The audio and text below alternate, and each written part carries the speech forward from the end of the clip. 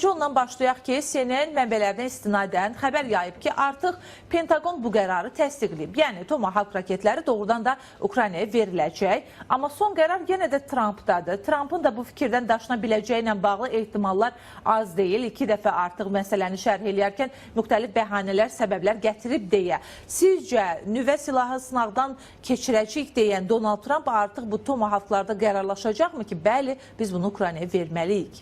Cinayət xanım, 2 həftə bundan əvvəl Macaristan görüşü anonsu veriləndə biz sizinlə burada studiyada müzakirə eləyirdik ki, bunun nəticəsi nə ilə baş verə bilər? Yəni, doğrudan Donald Trump öz ritorikası Rusiyaya qarşı azaldıb və əvvəlki Ukraynaya dəstək olmayacaq. Amma biz müzakirə edəyək ki, belə fikrə gəldik ki, bu təzyiq elementlərindən biridir.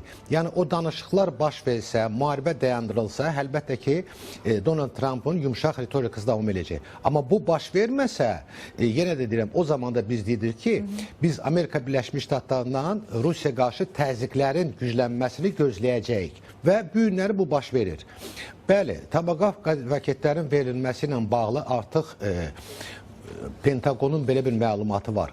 Amma fikir verin, yəni buna bir ehtiyac var idi ki, Pentagon elan eləsin. Bunu birbaşa Trump elan eləyə bilərdi, istənilən vaxtı və ola verilərdi. Yəni bu proses uzaldılır. Bu növbəti mesajlardır Rusiyaya ki, əgər siz yayınsanız bizim aramızda olan danışıqlardan, Ukraynada müharibəni dayandırmaqdan bu təzyiq elementləri tətbiq olunacaq. Tomahawk raketləri nədir? Tamaşaçılar üçün deyək. 2500 kilometr uçuş məsafəsi, 450 kiloqrama qədər başlıq daşıya bilir, patlayıcı maddələr və ən maraqlısı odur ki, həmən o raketlər xüsusi olaraq çox aşağı məsafədə uçur və bunu hava hücumundan müdafiə sistemləri vura bilməz.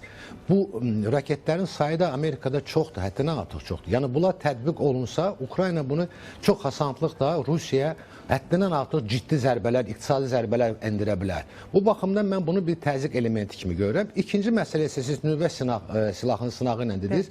Bəli, bu da bir təzyiqin növbəti elementidir. Bunlar hamısı birbaşa olaraq Rusiya hökumətinə, Rusiya prezidentinə istiqamətlənmiş addımlardır və məqsəd odur ki, Rusiya tərəfi Ukraynadakı atəşkəsə razılaşsın. Murad bəy, bir məsələ də var ki, biz bilirik ki, bu proseslər Çin və Birləşmiş Ştatlar liderlərinin görüşündən sonra artıq biraz da fərqli məcraya gəlməyə başlandı. Çünki bir gözlənti var idi ki, Çin də müəyyən qədər Rusiyaya təzyiq göstərəcək və bu kontekstdə müzakirələrdən sonra Rusiya-Ukrayna müharibəsində hansısa bir dəyişiklik olacaq. Xi Jinping ilə Donald Trump görüşdülər, məhsuldar da adlandırdılar, amma Rusiya-Ukrayna müharibəsi bir neçə gündür də söylədiyimiz kimi gündəmə gətirilmədi və yaxud da ictimaiyyətə bu barədə hər hansı bir açıqlama verilmədi. Xi Jinping və Donald Trump görüşündən əslində gözləntilər nə idi və bu bir neçə gün ərzində verilən şərhləri də diqqətə saxlasaq, nəticə ürək açandırmı? Əslində bu doğrudan da tarixi bir görüşdür. Ona görə ki, bütün dünya üçün əhəmiyyətli bir görüşdür. Bu günləri dünyada iki ən güclü iqtisadi baxımından dövlətlər Çin və Amerika Birləşmiş Ştatlarının arasında ciddi rəqabət var və onların görüşü hər bir deməli dünya mediasının diqqətində idi. Bilirsiniz ki, Amerika Birləşmiş Ştatlarının prezidenti Çin prezidentini 2019-cu ildə görüşmüşdü son dəfə və yeni prezidenti seçiləndən sonra ilk görüşü idi. Hamının gözləntiləri çox böyükdür, amma gəlin görüşü təhlil eləyək. Görüş 1 saat 40 dəqiqə davam elədi. Yəni bu qədər problemlər olan məsələdə belə bir qısa görüş, bunun tərcüməsini də nəzərə alsaq demək olar ki, hardasa bir yarım saat 40 dəqiqə bunlar məhsuldar danışıqlar aparıblar və bu danışıqların... Sizə azdır yəni. Əlbəttə ki, bu qədər problemlər olan bir iki dövlətin arasında dünya problemlərini həll edən məsələsi bu həddindən azdır. Bunu heç olmasa 4-5 saatlıq danışıqlar olmalıdır. Çox güman ki, burada danışıqlar ancaq və ancaq bundan əvvəl diplomatik sahələrin razılaşdırılmış məsələlər üzrə gedib və nəticə etibarilə də biz bunu görürük. Məsələn, hansı nəticələr əldə olunub? Məsələn, Amerika Birləşmiş Ştatları ilə Çin arasında iqtisadi cəhətdən çox ciddi problemlər yaranmışdı. Bu, nadir metalların Çin tərəfindən Amerikaya satılması ilə ilə bağlı məhdudiyyətlər, Amerikadan soya məhsullarının alınmasına məhdudiyyət. Ona görə ki, Amerika istehsal edir soyanın 50%-ni Çin alır. Məsələn, nadir metallarla söhbət gedirsə, dünyanın 70% nadir metalları istehsal edən Çindir. Bu, hər iki dövlət üçün çox vacib amillərdir. Çin, Amerika Birləşmiş Ştatlarının dövlət borcunun ən böyük saxlayıcı dövlətidir. Aralarında olan 500 milyarda yaxın əmtə əlaqələri var. Buna baxanda bu münasibətlər çox genişdir. Amma hamını maraqlandıran Ukrayna məsələsidir. Ona görə ki, aydın məsələdir, Rusiyanın bu günləri dəstək verən dövlət, əsas dövlət Çindir və Çinin bu günləri Rusiya təzyiqindən Rusiyanın Ukrayna müharibəsindəki qəbul elədiyi qərarlar ciddi şəkildə asılı olacaq. Bu baxımdan bu ilə bağlı hər hansı bir məlumat verilmədi. Amma bir məsələ də var ki, onlar aralarında danışdılar, gələn aprel ayında geniş bir görüş keçirsinlər və çox güman ki, o aprel ayına qədər bunlar bu məsələləri bir çoxlarını öz aralarında müzakirə edəcəklər.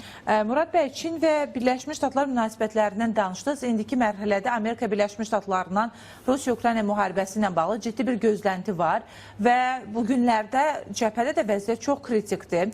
Enerji baxımından hazırda xüsusilə də Rusiya-Ukraynanı çöktürməyə çalışır. Bilir ki, onun ən zəif nöqtələrindən biri də budur. Və bu kontekstdə də Ukrayna prezidenti Volodymyr Zelenski də çağırışlar eləyir. Birləşmiş Ştatların bu dəstəkləri, ən azından dediyimiz kimi Rosneft, Lukol şirkətlərinə sanksiyalar tətbiq etməsi indi sonuncu olaraq Tomahawklarla bağlı qərarın veriləcəyinə dair də CNN-in informasiya yayımlaması fonunda Rusiya bu baxımdan biraz da sürətləndirəcək öz əməliyyatlarını, öz təxribatlarını, yoxsa azalma müşahidə olunacaq? Yəni bir geri çəkilmə müşahidə ediləcək bu məsələdə.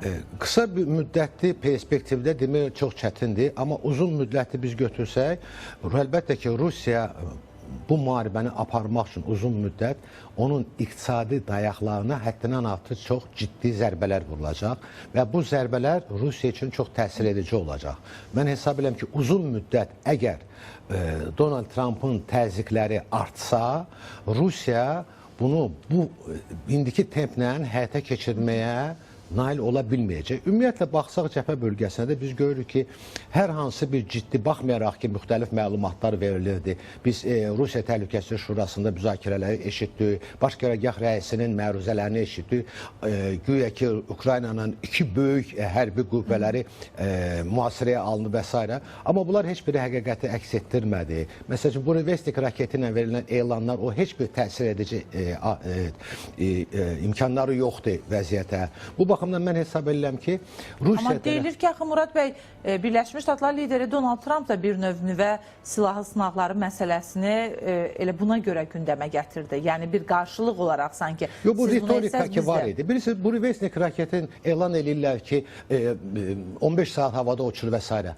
Bugünkü nüvə deməli, ölkələr arasında olan silahlarla vəziyyətdə 15 saatlıq uçan raketə ehtiyac yoxdur. 15 saat ərzində onu vurmaq ehtimalı çoxdur və Amerika Birləşmiş Ştatları onu da elan elədi ki, bizim atom sualtı qayıqımız Rusiyanın şimal sərhədlərində yerləşib.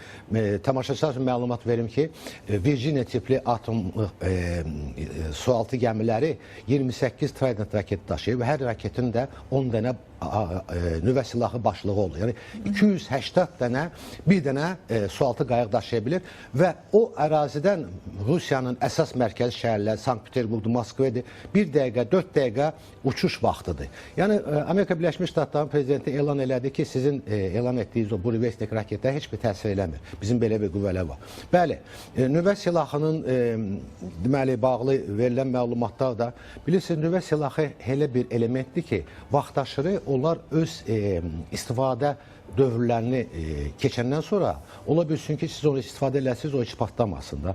Ona görə vaxtaşırı bunun sınaqlara ehtiyac var. Uzun müddət idi Rusiya-Amerika arasında danışıqlar var idi. Ümumiyyətlə sınaqlar hamısı dayandırılmışdı.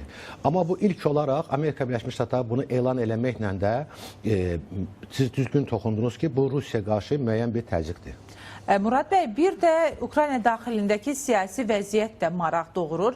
Düzdür, bu barədə müharibə başlayandan bəri şayələr çıxır, amma böyük hissəsi özünü doğrultmur. Bu dəfə də Ukrayna Baş Kəşfiyyat İdarəsinin rəisi ilə bağlı belə fikirlər yayımlanır. Kiril Budanovla bağlı və qeyd olunur ki, 31 oktyabrda keçirilən, yəni ötən gün keçirilən iclasda Zelenskinin yanında o yox idi. Bununla bağlı məsələlər danışılır. Niyə Təhlükəsizlik Xidmətinin rəhbəri var, Xarici İşlər Naziri təmsil olunur, amma Baş Kəşfiyyat İdarəsinin rəisini biz burada görmürük deyə xəbərlər verilir. Hətta bundan öncəki şayələrə də nəzər getirsək, deyilirdi ki, onun bəzi ambisiyaları var.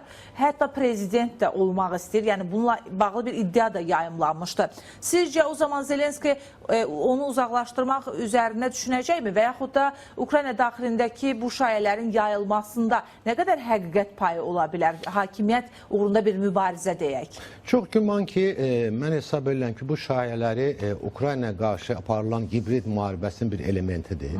Siz toxundunuz ki, son təhlükəsizlik şurasında iştirak eləməyib. Mənim düşüncəmlə, bəlkə mən səhv edirəm, bilirsiniz ki, bu yaxınlarda dünən bugün Baş Kəşfiyyat İdarəsinin rəhbərliyi ilə, məhz Budanovun şəxsi rəhbərliyi ilə Ukrayna desantçıları, kəşfiyyatçıları Pakrovskaya helikopterlər vasitəsilə əks hücuma keçiblər. Və çox güman ki, bəlkə həmən o ərazidədir, birbaşa olaraq o əməliyyatlara rəhbərlik edir. Bu, yəni faktor deyil. Amma vaxtaşı düz deyirsiniz ki, Ukraynada müxtəlif belə bir fikirlər söylənilir, hakimiyyəti iddialı olmağı. Amma bu günləri Ukraynada prezident seçkilərindən söhbət gedə bilməz. Müharibə gedən vaxtı Ukrayna konstitusiyası seçkilərə qadağan edir. Bu baxımdan hesab eləmirəm ki, bu günləri hətta kimsə iddialı da olsa, bu gündən artıq bu fəaliyyətə başlaya bilər. Ona görə ki, bu ona hansısa bir siyasi dividend gətirməyəcək. Müharibə vaxtı Ali Baş Komandana qarşı siyasi fəaliyyət aparmaq hesab edirəm ki, seçicilər tərəfindən çox mənfi qarşılanar. Hətta ən fikir ayrılığı yaşanan cəmiyyətlərdə belə biz görmüşük ki, müharibə zamanı bir birlik olur.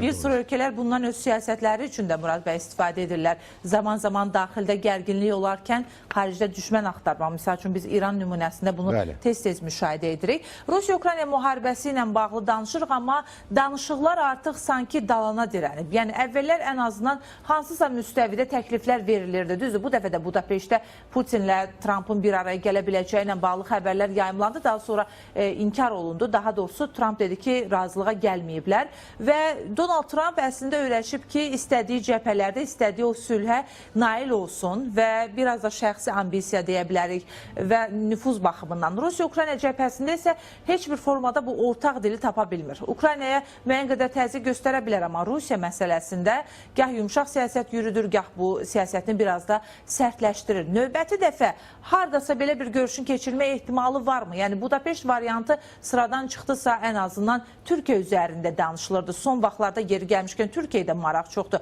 Böyük Britaniyanın baş naziri getdi, Almaniyanın kansleri getdi. Bu müstəvidə danışsaq necə? Bilirsiniz, bu görüşün hansı məkanda keçirilməsi o da prinsipial maraq daşımır. Əsas ortalıqda hansı nəticələr olacaq və Budapeşt görüşünün deməli, aradan qaldırılması onunla bağlı idi ki, bu gizlədilmir. Mark Rubio, Amerika Dövlət katibi ilə Rusiyanın Xarici İşlər Naziri Lavrovun arasında olan danışıqların nəticəsindən sonra Donald Trump bu görüşün keçirilməsini məqsədə uyğun saymadı. Ona görə ki, heç bir nəticələr olmayacaqdı. Yeni fikirlər, yeni təkliflər siz deyirsiniz. Mən burada bilirsiniz, diplomatiyada müxtəlif təkliflər hesab edirəm ki, bu vaxta qədər hamısı səsləndirilib. Burada ortalıqda yeganə əsas bir məsələ var. Müharibə dayandırılmalıdır. Bunun hansı formada, nə cür səsləndirilməsi artıq hansı bir əhəmiyyət daşımır. Ona görə ki, bütün mümkün olan formalar səsləndirilib. Bu baxımdan o zaman ki, Rusiya rəhbərliyi bu döyüşlərə dayandırmağa hazır olacaq və daxili vəziyyət ona təsir eləyəcək, o sanksiyaların təsirləridir, xaricdən Ukraynaya müxtəlif növ müasir silahların verilməsidir və s. Ondan sonra əgər belə bir razılaşma əldə olunması ehtimalı olsa, çox güman ki, bu görüş olacaq və çox güman ki, ola bilsin görüşlərin arasında Türkiyədə bir məkan kimi olsun. İstərdim ki, Murad bəy, son olaraq biraz da Viktor Orbanla Donald Trump görüşü ilə bağlı danışaq. Çünki politika nəşrinin bir iddiası var. İddia eləyirlər ki, əslində Viktor Orban Donald Trumpdan bir neçə məsələ istiqamətdə xahiş eləyəcək. Əsas istiqamət isə Rusiyaya sanksiyaların aradan götürülməsidir. Söhbət təbii ki, Rosneft və Lukoyla tətbiq edilən sanksiyalardan gedir. Donald Trump isə deyir ki, biz bunun nəticəsində hələ 6 aya görəcəyik. Donald Trumpın hədəfi var 6 ay ərzində Rusiyanı bu baxımdan çöktürmək. Viktor Orbanla Donald Trumpın da əlaqələri kifayət qədər yaxşıdır.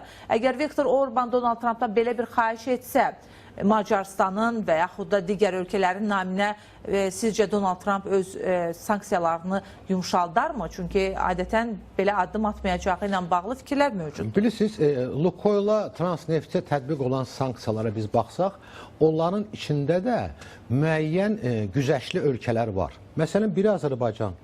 Lukoyl, Azərbaycan, Bakı, Tbilisi, Ceyhan neft kəmərində iştirakı var. Bakının neft layihələrində iştirakı var. Tətbiq olan sanksiyalarda Lukoyl Azərbaycan olan layihələrindən çıxarılıb. Və o cümlədən də Qazaxstanda apardığı fəaliyyətlə bağlı orada sanksiyalar tətbiq olunmur. Yəni iki ölkə Azərbaycanla Qazaxstana Amerikada, Avropa Birliyi də bu sanksiyaları Lukoyla tətbiq etməyiblər. Ola bilsin ki, siz düzgün toxundunuz, Viktor Orbanın Amerika Birləşmiş Ştatlar prezidenti ilə münasibətlər, şəxsi münasibətlər yaxşıdır. Ola bilsin Macarıstan üçün də bu cürünə bir model tətbiq olunsun. Amma bu o demək deyil ki, ümumi bütün sanksiyalar Rusiya qarşı, ümumi Lukoyla qarşı sanksiyalar aradan götürüləcək. Murad bəy, təşəkkürümüzü bildiririk sizə. Minnətdarıq studiyamıza gəldiyiniz üçün, şənbə günü zamanınızı ayırdığınız üçün.